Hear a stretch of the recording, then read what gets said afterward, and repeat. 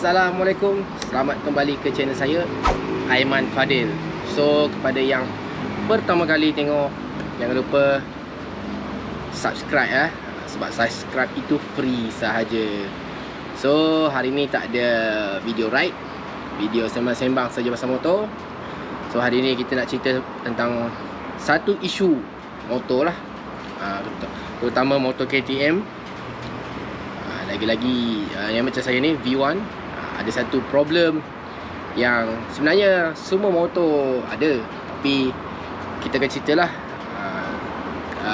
kenapa benda tu jadi. Right, so jom layan. So guys, hari ini kita nak cerita, nak sembang tentang fork fork leaking. Kalau anda biasa lihat dalam page Facebook ataupun dalam media sosial kan, tentang fork leaking. Fork leaking okay, ini fork dua fork, dua batang satu dua. So leaking, apa yang leaking tu? Okay, ada benda lain, bendalai atau minyak lah yang mengalir di sini secara tiba-tiba lah. Okay, kalau anda lihat sekarang ni, saya punya fork saya kanan dan kiri. Okay, clear kan? So, fork leaking ni adalah situasi di mana ada bendalai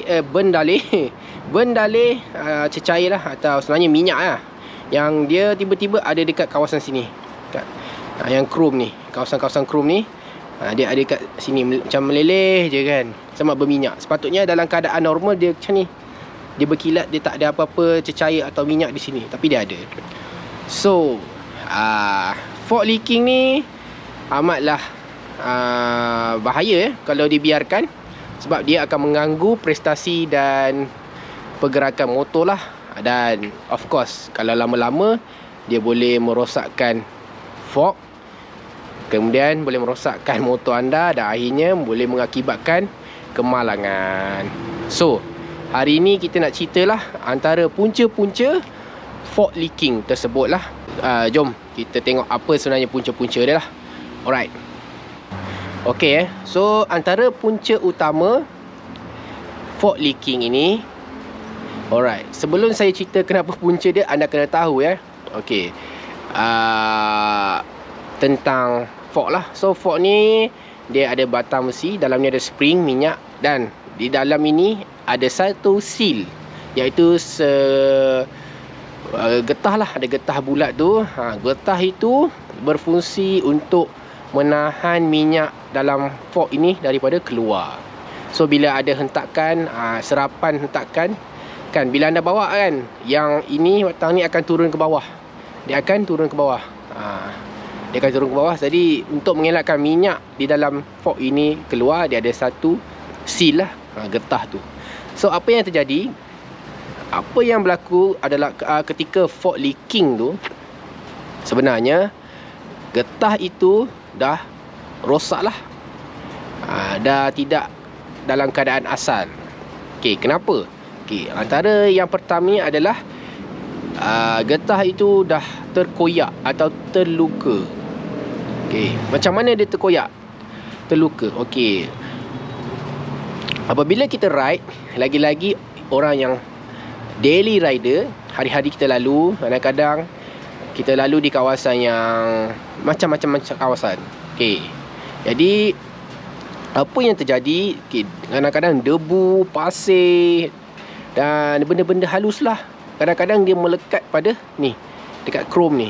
Kita tak perasan dia ada kan, pasir-pasir halus, debu-debu, kadang-kadang batu-batu kecil, dia melekat dekat sini lah. Lagi-lagi selepas hujan, dia akan rat-rat ni dia. Kalau anda biasa bawa lepas hujan, anda tengoklah, mesti akan ada sikit-sikit. Jadi apa yang terjadi apabila debu, batu-batu kecil dan pasir itu berkumpul dengan banyak, dia akan masuk ke celah-celah ni, celah-celah ni. Okey, ini dia ada dia punya ni lah, stopper kan, tapi kat dalam tu dia boleh lepas lagi. Jadi apa yang terjadi, kalau mula-mula sikit-sikit mungkin getah tu boleh tahan. Tapi kalau anda bayangkan apabila dah lama kan, so mungkin pasir tu akhirnya akan melukakan. Sebabnya getah tu mungkin dah haus asyik tergeser dengan pasir, terdebu dalam tu, dan menyebabkan dia akhirnya mungkin terkoyak lah, ataupun mungkin akan rosak, dan menyebabkan minyak dalam ni boleh bocor, dan akhirnya berlakulah kebocoran, jadilah fault leaking tersebut. Itu antara punca yang biasa lah. Yang utama dia sebab getah itu dah rosak dalam tu. Okey. Selain pada tu, okey, ataupun antara punca yang kedua adalah, okey, biasanya anda parking motor kan? Okey, anda parking motor. Okey, anda tengok macam saya ni, kita parking satu stand. So dia adalah sengit. So kalau ikutkan kedudukan ini kan, okey, fork di sini lebih pendek berbanding belah sini. So dia sengit. So serapan dia lebih daripada sini lah. Okey, bila lebih daripada sini, okey, getah itu akan bergerak ikut pergerakan fork. Okey, getah anda kena faham, getah tu berbentuk bulat. Okey, bulat. So apabila dia lama-lama sengit, lagi-lagi kalau anda jenis parking lama, contohnya kadang-kadang 3 minggu, sebulan kan, tak tahulah kot bulan-bulan.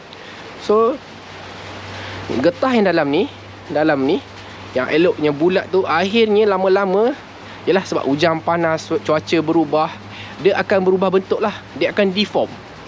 So bila anda bawa motor, anda buat balik, anda luruskan motor, mungkin getah yang dalam ni, yang bahagian sengit ni, dah berubah bentuk asal.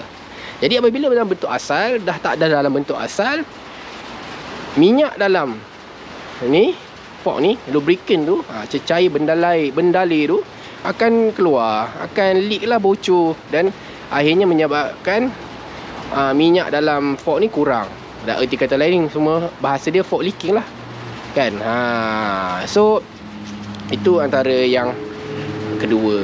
Dan yang ketiga, biasanya apabila kita biasanya kita pernah berlaku fork leaking dan kita tukar balik kan, kita repair balik, kita beli fork seal ni, oil seal ni, lepas tu kita pasang, kita tak minyak.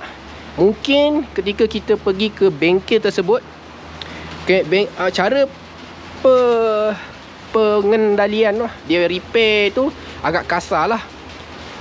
Ini adalah daripada yang saya dapat lah, yang saya dengar daripada mekanik-mekanik yang lama lah kan. Dia ada cerita lah, kadang-kadang itu terjadi sebab kadang-kadang ialah kita ni manusia, kadang kita ni ada masa kita boleh buat kerja dengan baik, ada masa kita lalai, ada masa kita macam buat sambil lewa. So apabila yang jenis sambil lewa atau cuai, cara pemasangan fork ni agak kasar dan menyebabkan seal tu tidak dipasangkan betul, dan akhirnya menyebabkan fork itu rosak.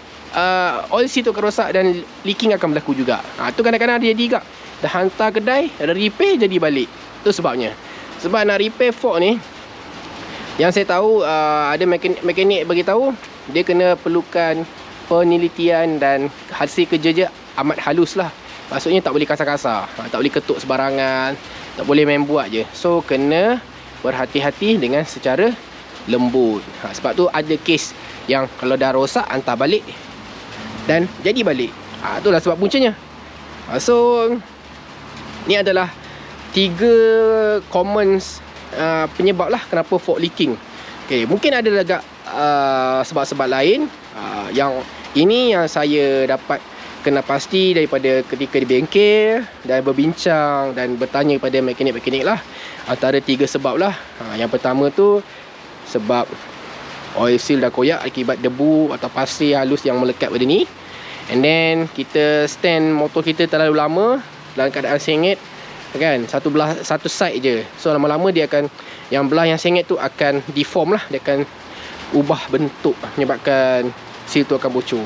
And then kerosakan akibat bila kita hantar servis fork ni, mungkin mekanik atau orang yang buat fork tu tidak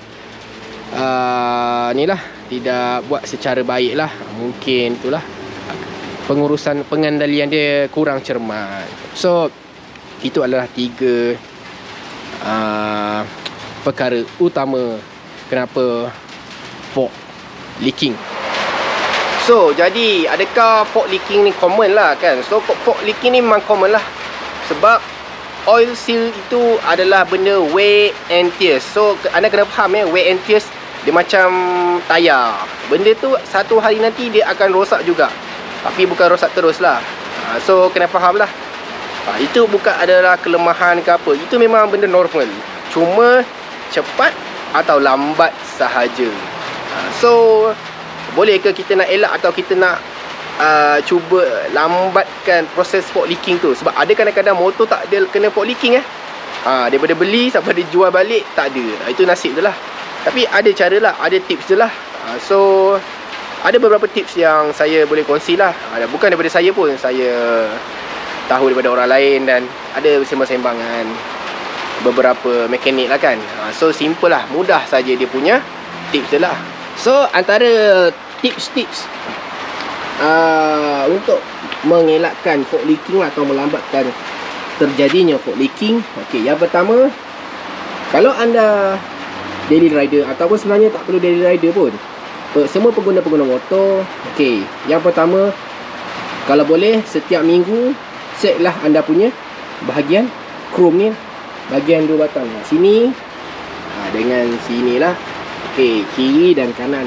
Okay, anda periksa adakah bersih, terhindar ataupun tak ada debu-debu, pasir-pasir ataupun batu-batu kecil yang melekat pada sini lah. So pastikanlah. Kalau tak boleh hari-hari, ceklah seminggu sekali. Lagi-lagi yang daily rider lah, ataupun anda bawa lepas hujan ke, ataupun anda bawa lepas satu tempat yang ekstrim ke kan, tempat-tempat yang berlecak, lepas habis ride tu cek lah. So kalau anda dapati ada kekotoran kat sini, kiri kanan, paling mudah lah.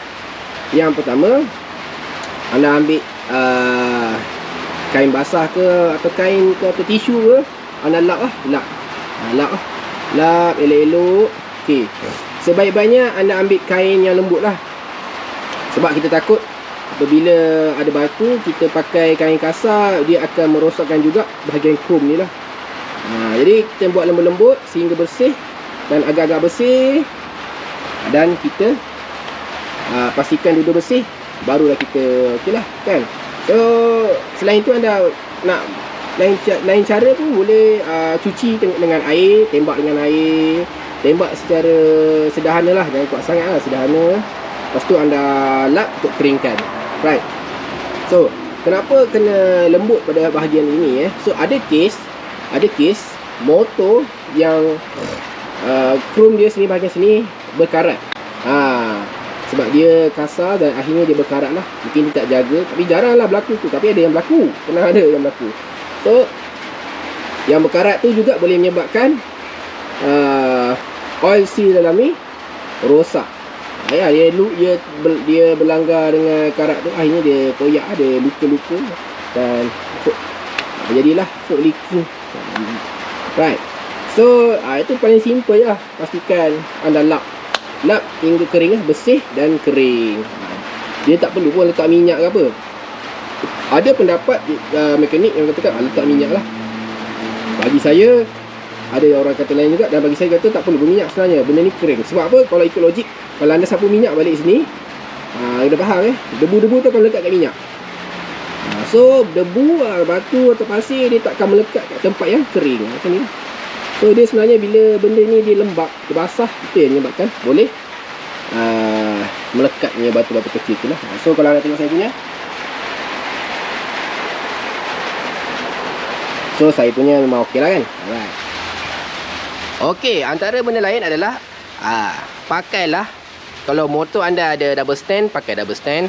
Kalau tak ada, kita pakailah pedok stand lah. Macam saya buat pedok. Kalau boleh lagi baik depan dan belakang pedok stand, lagi bagus kan. So bila anda pakai pedok stand, motor anda akan dia akan lurus lah. Dia tak ada sengit. Nampak? Dia tak sengit lah. So dia tak ada sengit sebelah, dia straight je. So fork kedua ni, oil seal tu dalam keadaan baiklah. Sebenarnya boleh je sengit, tapi dia jangan terlalu lama lah kan. Kalau kadang anda tinggal motor sampai sebulan kan, itu yang problem tu. Lagi-lagi letak di bawah, panas terik, hujan, jadi benda-benda itu akan mengganggu lah. So kalau sebaiknya pakailah pedok stand. So macam saya lah. So memang kalau motor-motor yang macam ni, sesuai lah pakai pedok stand. Tak mahal pun pedok stand sekarang, murah je. Boleh ambil beli so lagi mudah nak jaga. Right. So ini antara tips-tips untuk mengelakkan daripada fork leaking lah. So sebenarnya benda ni simple saja. Tapi kadang-kadang mungkin ada yang newbie, ada orang baru kan, pelik kenapa berjadi. Itulah sebabnya kan. Dia bendanya bukanlah benda yang sangat besar pun. Tapi kalau anda tak jaga, anda tak buat elok-elok, dia boleh menyebabkan motosikal anda rosak. Mungkin boleh mengakibatkan kemalangan lah kan. Bila dah fork rosak, bawa tak sedap, gegar-gegar, itulah jadi dia kan. So guys, itu sajalah sembang-sembang hari ni. Saya nak kongsilah sedikit apa yang saya tahulah kan. So sebenarnya ramai je yang dah tahu kan, tapi sajalah saya cerita balik untuk peringatan bersama, supaya lebih-lebih kepada newbie lah, orang yang baru. Mungkin kalau terjadi pada mereka tak ada panik lah. So mereka ada knowledge. Benda ni simple sahaja.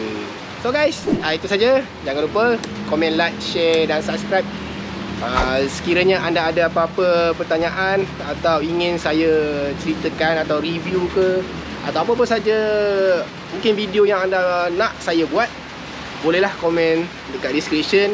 InsyaAllah saya bolehlah buat kalau saya mampu dan berpeluang. Okay, so itu saja. Assalamualaikum. Ciao.